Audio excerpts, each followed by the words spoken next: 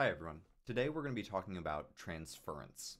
So I am a mental health coach for my day job. I see about 35 clients a week, and we're going to break down what transference is and how it can help you in your mental health journey. So the first thing is, what the heck is transference? So transference is this idea that when you're working with someone, whether it be a coach, a therapist, a friend, a psychiatrist, whatever, there is this tendency that as you're working with them, dynamics that you experience out in the real world will start to play out in the room with the person that you're working with. So, just sort of like a classic example is somebody who has daddy issues. If somebody has daddy issues, when they start working with somebody, it is very, very normal and common for those daddy issues to start to play out with the person that they are talking with. So it sounds sort of weird, but in a weird sort of way, the person that they are talking to sort of takes the place of their dad in that scenario. And this can be good or bad. There can be bad situations that arise from this, and there can be good situations that arise from this. So the bad scenarios are like, let's say, for example, that somebody tends to define their value by their sort of sexual presence in the world. That the way that they make themselves feel valuable is, and like in connection with people, is by having sex with people.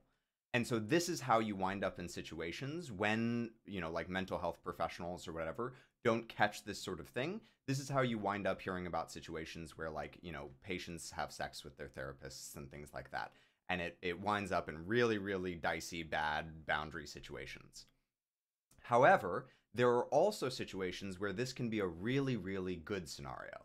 So, for example, if the therapist or the coach or whoever sort of starts to notice this, starts to realize that this is what's going on, that there's some transference happening, they can actually call attention to that. They can say, hey, like, I noticed that there's this dynamic that is arising between us, and I'm curious, like, where does that come from? Have you sort of like seen that elsewhere in your life?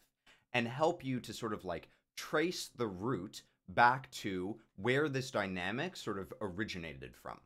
And then as you talk with the person that you're talking to about that dynamic and sort of work through it and process it with them, that dynamic starts to dissipate between the two of you.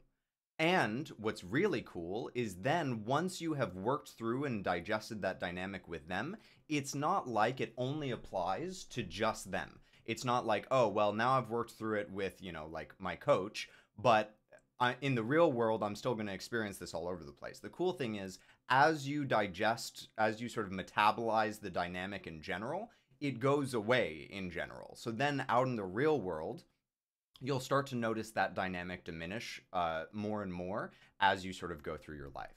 Now, there may be areas where it still very much crops up in like very, very triggering situations. So again, if, for instance, you have daddy issues and you are talking with your dad, that may be a little bit more raw. It may bring up some more stuff that is a little bit more challenging to process, which is why there's this sort of like incremental steps when it comes to sort of like the unofficial definition of like exposure therapy.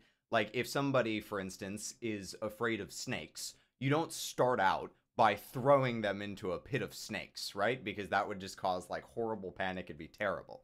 The idea is that like you start out like talking about snakes, seeing sort of what comes up for them, sort of like working through that. Then maybe like you look at some like pictures of snakes and slowly work through that. And over time, eventually you get to the point where like the person can like hold the snake and feel a little bit more okay about it.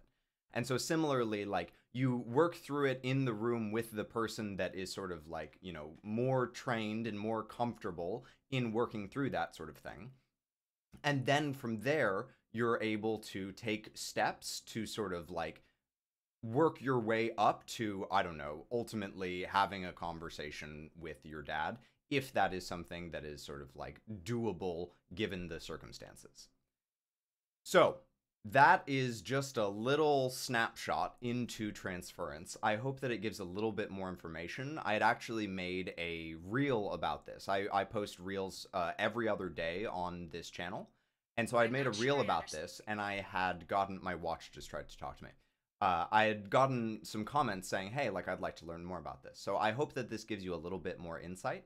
If you have made it this far into the video, I hope that you've liked it. So please give it a thumbs up.